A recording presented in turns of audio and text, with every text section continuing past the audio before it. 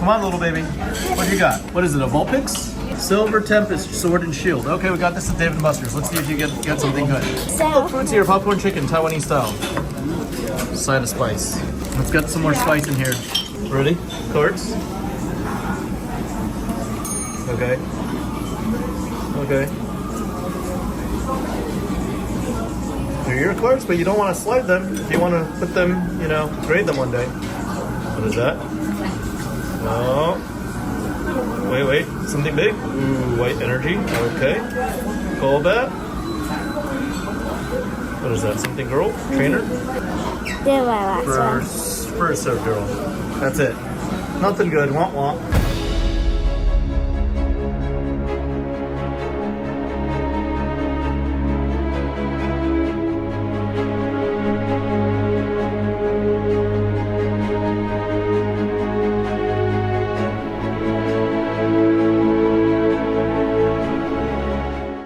All right. Welcome to FaBled Hunters. I'm Yuanji. I'm Saint. And today we're going to be looking at kind of a blast from the past. A blast from the past. Yeah, yes. So... before we even get started, yeah. I just want to say that normally it is wrong to post people's private work product or, repeat it. So all of this has been with the blessing, the prior consent of Rudy. Yeah. Because this was pulled from Rudy the Magic Guy's private Patreon. Yeah. And it is indeed a blast from the past, but I always confirm first before posting private information, because that's just, it's just respect and it's the way of things, right? That's the way things work. So this is with Rudy's consent. Yeah. And let's go. So this is from December 2020. It says, a wealthy individual in New York struck a deal with Channel Fireball and bought out the Welcome to Wraith boxes. I wonder who that was. Yeah. It's rumored the deal was over $300K with rights and options to purchase additional other sets within a specific time frame.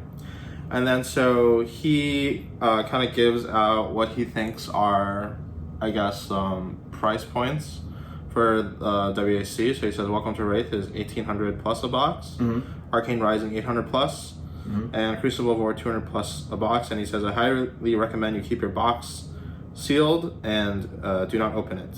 Then he goes on to say that basically a lot of the patrons he thinks sold way too early when the prices started to creep up, and that the market dried up faster, and then there's a lot of people with regrets. And he talks about how there's a lot of, he says, extreme growth in demand is causing massive record shattering price increases on the secondary market. So this is kind of in the heyday of the... It is definitely in the heyday. Post-stimulus check craziness. Yep. A couple of patrons sold all 4 variety kits from last year and cleared $15K in profit, with the collectible world continuing to evolve and becoming more mainstream.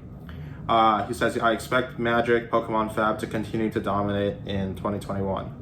I think all 3 hobbies are positioned perfectly for a post-2020 COVID world. We talked a little bit about this offline, and I guess the point of the video is you wanted to talk a little bit about the predictions that he made for the market prices of the boxes. Well, if you look at the 3 data points that Rudy cites, those 3 data points are literally being achieved right this moment. Yeah. Like, even in our private FaBled Hunters Patreon Discord, there was a post saying, oh, look, on some other Discord, there's these boxes of Welcome to Wraith available for $1,799. Yeah. And then, like, 15 minutes later, oh, they're all sold out. Yeah. Right? And there were people saying, all sorts of people saying, oh, look, $1,400 for an Arcane Rising box, like, I don't know, a year ago? Yeah. That's a great price. And I'm like, that's not a great price. Even $1,000's not a great price. Oh, Saint, you don't know what you're talking about. And I'm like, I kind of do what I'm talking about. I'm not buying. I'm one of the people that has enough interest to change the market. I'm not buying. Yeah. If I'm not interested, well, anybody that's buying at $1,400 is probably stupid and doesn't understand the market. Yeah. My point isn't saying that I know the market better than everybody else. Yeah. My point here is saying Rudy called the market right at that time in 2020. This is December 13th of 2020. Yeah. And I would take it a step further and say that anybody, including the people in his Patreon army, including people that, joined Flesh and Blood and, kept buying, they were all acting illogically and dogpiling on and creating a crazy price spike. If we look at it in 2020 and we look at it now, 2020 and December 2020, end of 2020, and that basically target price that Rudy has set, that's exactly where the price is of WAC. I call it vintage Flesh and Blood right now in Q3, end of Q3, beginning of Q4, 2024. And it's more or less stabilized. For example, if a box of WTR goes to $1,500, that I'm pretty sure I will get involved at nearly any volume. But if it's at $1,700, $1,800, I'm glad to just watch the market, go about its merry way and, individual boxes exchange. I have heard of and been involved in a couple of deals where cases of Welcome to Wraith Alpha go for as low as 7,000 to 8,000. And I will say that if a case is 7,000, I'm willing to get personally involved again and grab more cases at 7,000. Right? And that just about goes to where that market price of 1,800 is, right? Because if one box is 1,800, one case would be 7,200. Right? Again, 7,000, 7,200. At that point, it doesn't matter. I would gladly take it. And I mean, I've acted upon that feeling because I don't know, I'm sure you remember, Yuanji. Remember when I did sometime last year, I purchased on either buy it now with negotiation. I think from the same seller. I think there was like you said there was like a buy it now listing, but then it looked like kind of shady. Yeah, it was like $2,500, and I negotiated for down to $2,050. When the market price was closer to like $2,800. Right. I just said I bought it because I had an itch, and when the market price was $2,800, I felt enough of an itch that I'm willing to pay just slightly over $2,000 for it. Because my internal clock was like, okay, it's $1,800. Am I willing to pay like 15% more to open a box that I haven't opened on FaBled Hunters for a long time? Sure, let's do it, right? So that's why I did that. And in that same breath, it's also kind of like you're like paying. You basically, because like the seller gets like 1,800, you're basically paying like eBay like the extra. I paid eBay the extra 15% basically for the luxury of opening it. So I paid a premium. But that internal clock was like, oh, these even back then was like, these boxes are not worth over 2,000. Right.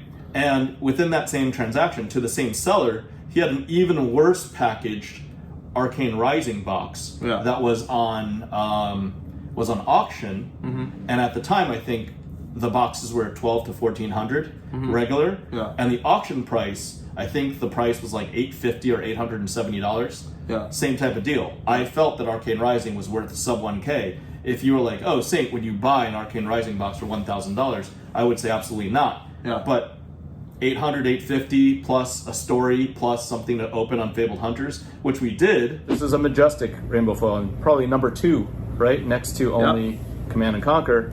And then we got the Ranger Legendary, so there's definitely no complaints here. We just proved the age-old rule that beat-up boxes are good boxes. So I did remember opening a Legendary as well as something else in the box, and that was a definite win. So that said, that kind of proves 2 of those data points, because last year they were 12 to 1,400, or 14 then 12. This year, for much of 2024, up until like April, May, June, they were listed for 1,000 to 1,100, the Arcane Rising boxes. And now they're dropping. Now privately on the secondary market, they've dropped to about 900 ask.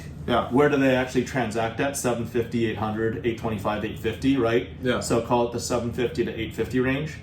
And now is where it's like, well, the market is for one box 800, but if you have cases at, instead of 32,000, say 3,000, right? Even maybe 3,200, 3,500, I, as a very active and interested buyer, would participate. Right? When the Arcane Rising cases dropped to, I don't know, caught like 10K and then 8K. Yeah. I wasn't looking for those. I wasn't looking for more Arcane Rising cases. I didn't want any Arcane Rising cases.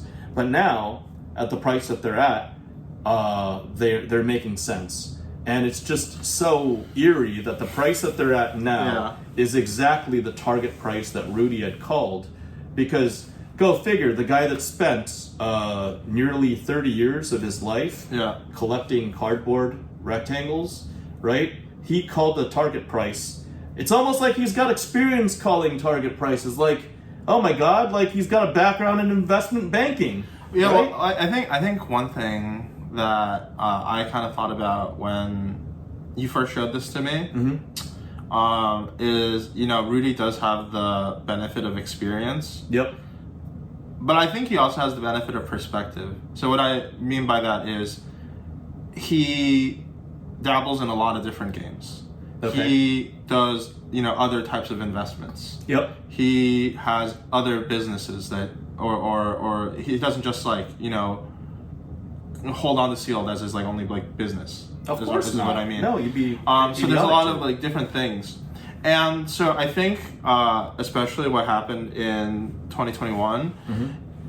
For a lot of people, I think what they lack is the idea of perspective. So like you look at that time period, a big thing for factoring, I think, prices and costs is like, what are your alternatives? Like, what else could you spend your money on, right? Okay. So at the time you're locked up, you can't go on a trip to Aruba or whatever. You can't really go out. You can't like buy like nice clothes to go out. You can't like do like a lot of different things. And so what do people spend money on? They spend money on collectibles, watches, stocks, whatever. Yep. What have you.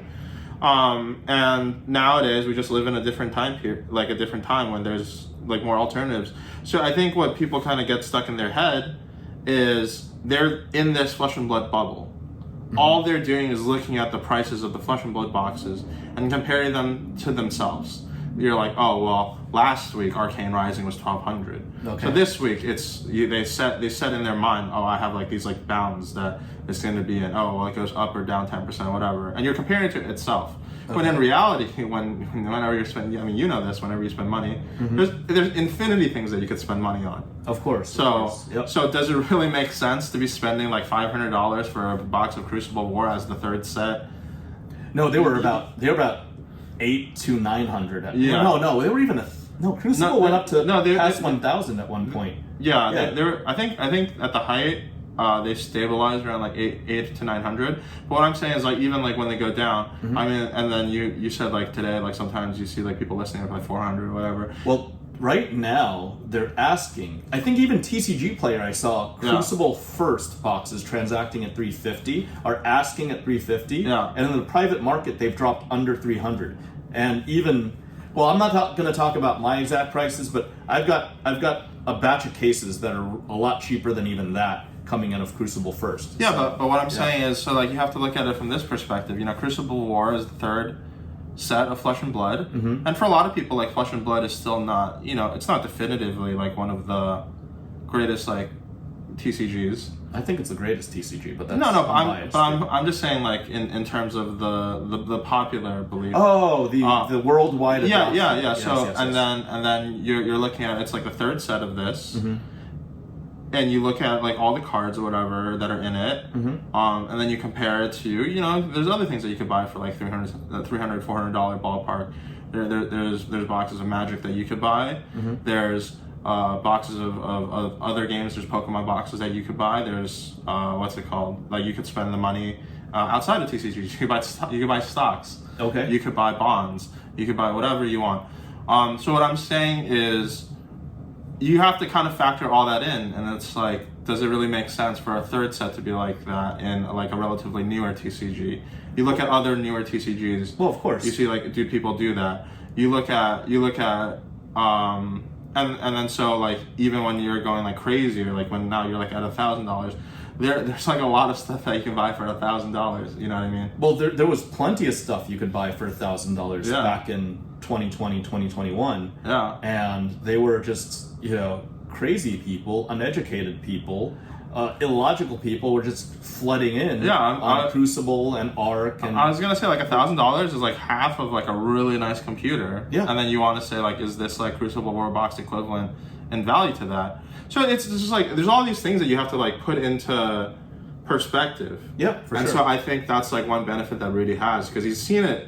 He's seen like trading card games come when like the market's really hot, and he's seen it when, you know, the market cools down, and he's seen it in like regular times when people have other options. Like, well like what do people like to spend their money on? Like, what's like a reasonable amount of markup from release? You know what I mean? And I think these are all things that most people don't really think about. Well, I would say the vocal minority that comments on Rudy's channel overall, because I watch every single Rudy video, is that they think that Rudy is a snake oil salesperson. They think Rudy's a pumper and dumper. Yeah, pump and They're dump. out there. It's like, look, asshole, if you're putting comments on a free video, you don't know better than a multimillionaire or centimillionaire.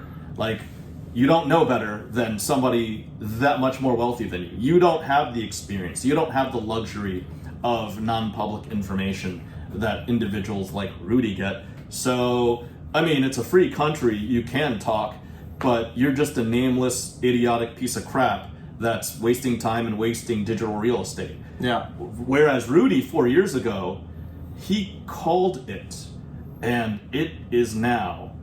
You know, where these prices are stabilizing now. Yeah. I'm not gonna say I call the bottom, but they're bottom-ish, they're bottoming. Well, and yeah. I would also say that based on inventory that's actually coming out, right now is probably peak bearishness from what I've felt in the past 2 years. Yeah. Right? Between 2023 and 2024, currently, because of the not TCG things happening, let's just imagine that there's going to be like some democratic process and something happening in the next 90 days. It's going to change the world, right? That's what people are more concerned about. I'm not getting into politics, but that's not what people are concerned about more than collectible rectangles. Therefore, when everybody's not looking at it, maybe it's going to, you know, drift down a little bit, and there's going to be, you know, a softening of collectible prices. Yeah, especially flesh and blood. Yeah, I think how it probably seems is just that, you know, I think that the prices where they are is kind of like where they're going to be, barring something major happening. Even more catastrophic happening, like, I don't know, Flesh and Blood one day saying, oh, look, we don't want to print any more boxes of Flesh. Other than that, which we're not saying will happen. I think either way, up or down. I think up would require something major to happen, like a new wave of Flesh and Blood adoptees. Okay. Or going down similarly, it would have to be something pushing people out of the game for one reason or the other. That's kind of how I feel about it. Absolutely. Okay. And I'm not here to advise up or down in the future, because we're not a financial advice channel. Yeah. But I am here to say that all those years, and I am here to remind everybody, Fab Winter was you and I in October of 2021, right? Yeah. Like early October 2021, we were calling Flesh and Blood Winter to cool things down. I'm just saying that things have cooled down from the $8,000 a box of WTR to $1,800 a box of WTR. The 5,005-ish, or 4 to 6. I saw them at 6 at one point. 1,000 for Arcane Rising. Now they're 800 at Arcane Rising. Yeah. Right. The 800 to 1,000 for Crucible of War First. Now it's sub 300. Has it gone down to 200? No, but you know what? For a $200-300 asset, I guess people are more capable of having diamond hands for these assets, right? Yeah. Whereas something that's multiple 4 figures, it's harder for them to hold on to, so they've been selling all the way down. Does that make sense? That argument makes sense, right? Something that's 8,000, people are going to cut bait when it drops to 5 or 4 or 3 or 2. Yeah, I have a hot take where I think that, you know, honestly speaking, I think from like a game perspective, Crucible of War to me is not really that much better than Uprising. That's my opinion. Okay. Like game wise, in terms of like how it's impacting the game, the cards that are in it. Okay. So yeah, obviously Crucible of War is like a year more mature than Uprising, but is that going to matter in like, you know, 2, 3, 4 years? Okay. You know what I mean? Like there's always differences. So I think a lot of people, you know, they're just stuck in like price memory mode. I think like Monarch is never going to be like that great because of like it's like association with like, you know, kind of like the shadiness. The downfall of Flesh and Blood. Yeah, like, yeah. People are going to call it the fallen empires of Flesh and Blood. Yeah, even though Monarch is actually like pretty nice set in terms of the cards that are in it. Yeah, I would say it's a nice set too, and you keep hearing about Chain. He keeps it's like coming back Chain, into Living Legend viability. Prism's huge, yeah. right? So, yeah, so you have cards like Vestige, you have cards like Tome, Arclight Sentinel. are you trying to say that Monarch is better than Crucible of War as a set? I was gonna say that, but I didn't want to offend. No, but I think it is. I think you're entitled to your opinion. I'm looking at it. I'm considering it. I think Monarch playability. I think Monarch is a better better set. Like the legendaries are better than what's in Crucible. It's just like I think there aren't any legendaries in Crucible other than the Krunic. Yeah, and Shiana. And Shiana, I mean, that's not really a playable. That's a hero. Yeah, right? Yeah. So yeah, that's my argument. So like you have to just like kind of like compare things. So like you compare your prices with what they were, then you also compare like within the game. Mm-hmm. You know, you can spend your money on Crucible, you can spend your money on Monarch First. Monarch First has higher print run than Crucible. I would argue that it's a much more impactful set. Well, okay, I'll go that far. I'll take that. I'll take that journey with you, man. Monarch right now is what, 250 to 300 a case? Yeah, right? yeah. So like, let's call it 65 to $65 to $75 a box of Monarch First. Yeah. I would sooner spend that money 10 times out of 10 than buy. Yeah, like would you rather have like one case? Yeah, you get like one case of Monarch. I'd rather you get have four boxes. Yeah. Or you get one box of Crucible. I'd take the case of Monarch, 10 times out of 10 right now. So, and that goes with my saying that basically, I think Rudy called it. I think cases of our boxes of Crucible are in that 200 plus, 250, not 350. But that goes back to what I was saying like 5 minutes ago. People are more willing to hold out on the price dropping of a $500 asset than they are willing to of a $5,000 asset, because they're able to be stubborn on a $300 asset versus something that's $5,000 and dropping. They're like, whoa, let me at least get a couple grand out of this. I don't want to like go to zero. It's funny. It's funny how people's brains work. That is human nature. Yeah.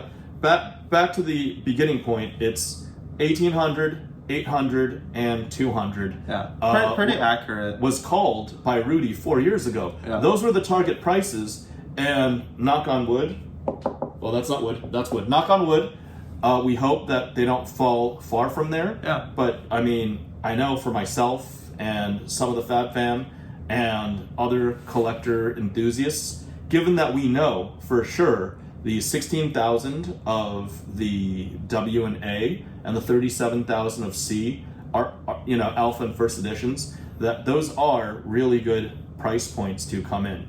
Because if you find them at those price points, you're basically buying at pre-crazy bubble spike prices, and you're getting in probably at a ground level that you will never be able to access anymore. Yeah.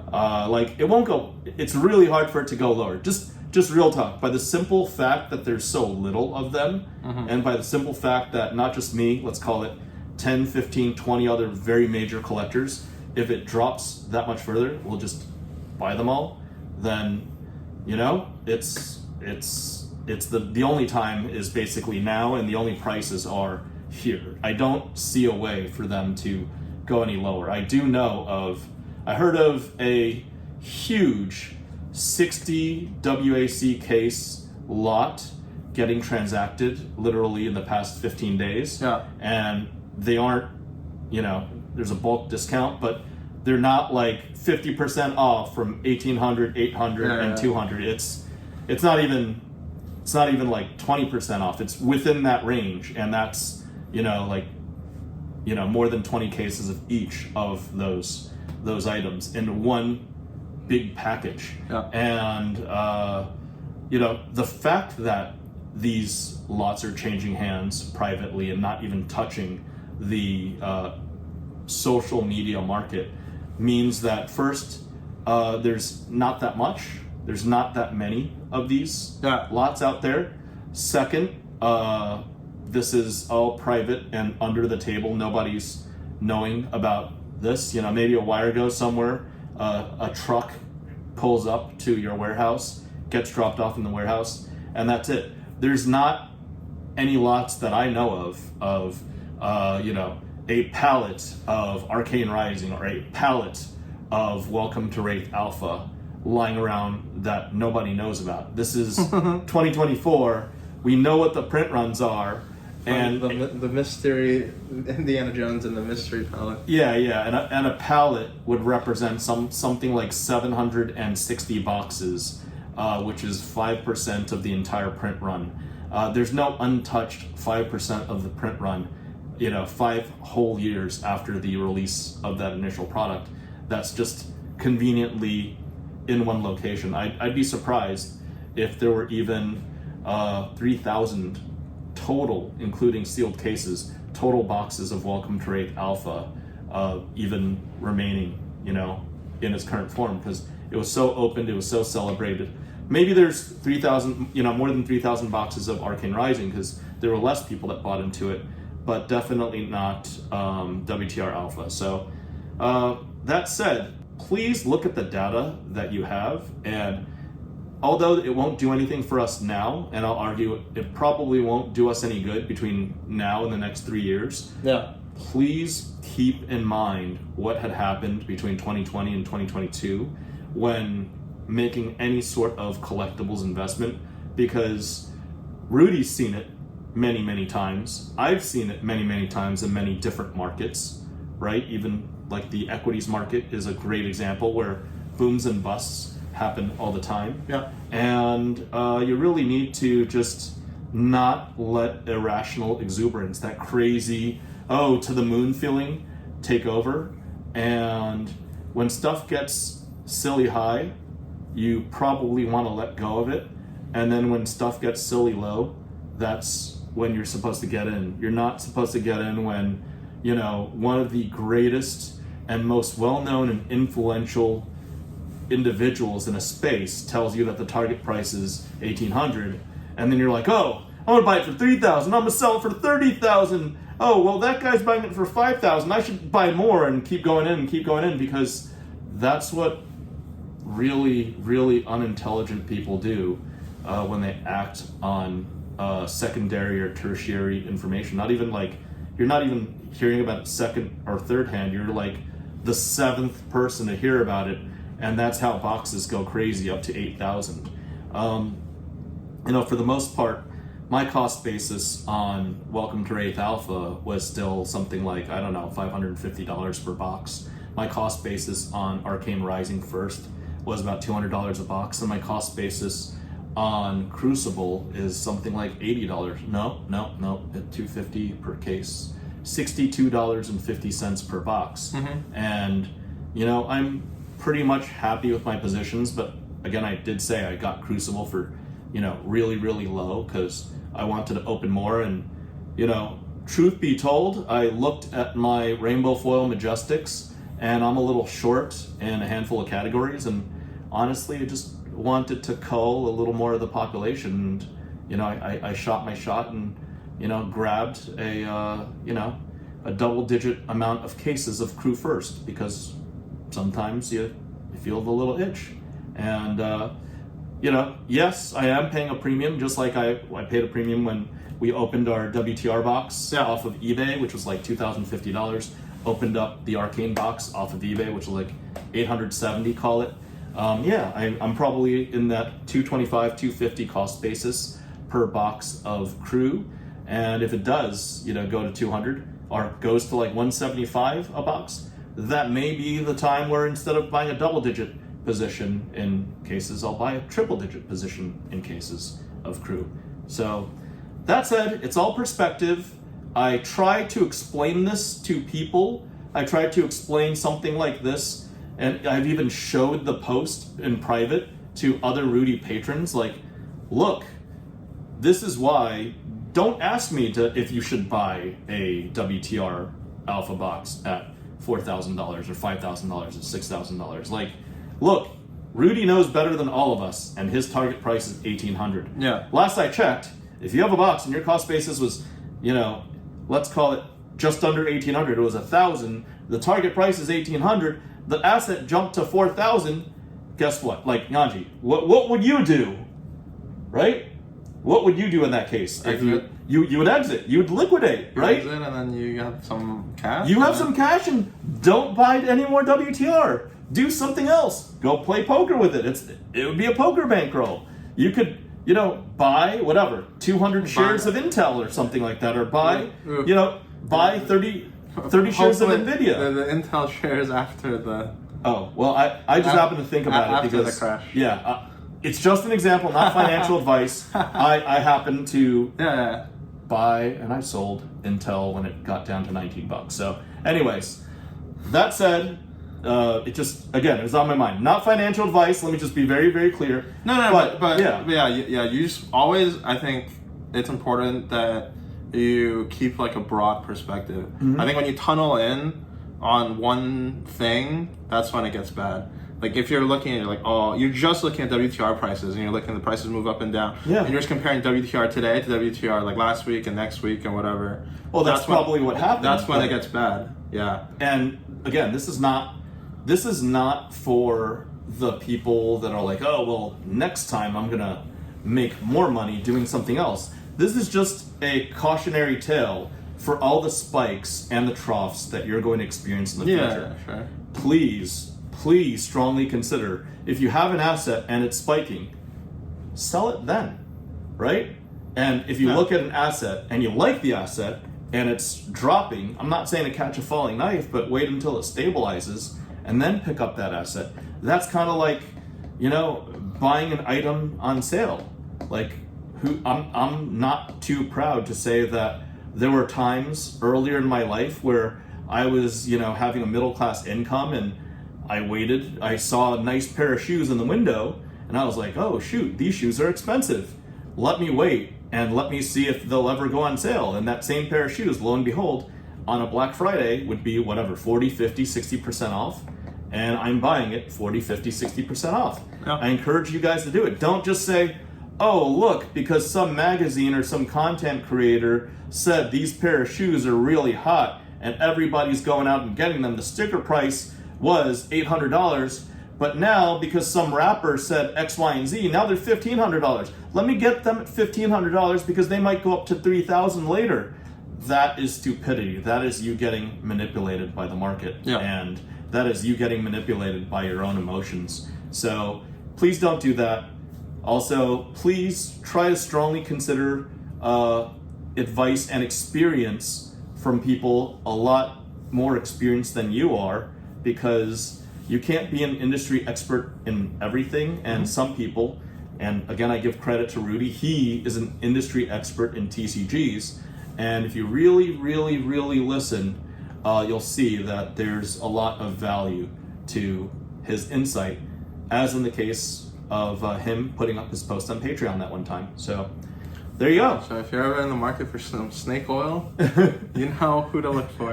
Nah, it's just nah. In all seriousness, yeah. Hopefully you guys found this informative. Yeah.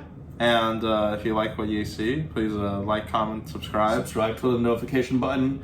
Join our Patreon, because your support on Patreon goes to Yuanji, who is on the Runaways. Let's go Runaways, everybody. All right, that's it, guys. Till next time. Bye. Bye. Pig snatch.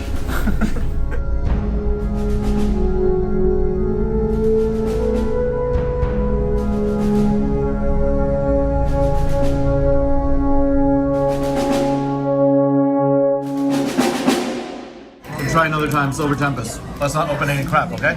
It's got some fuzzy creature. Fuzzy creature. I don't know. Zapdos? Let's see what That's you not Zapdos. What you got? Oh, let me get the code card out. Uh-oh. Is that Charizard? No, that's not Charizard. Okay. Okay. Let me just slide. That's not that good. Fungus. That's not original at all. So rough. Ooh. Strawberry. Okay. Fossil. Okay, are we gonna get a foil card of any sort? No. No. This is kind of crappy, huh? Whose idea was it to buy these packs? All right, better luck next time.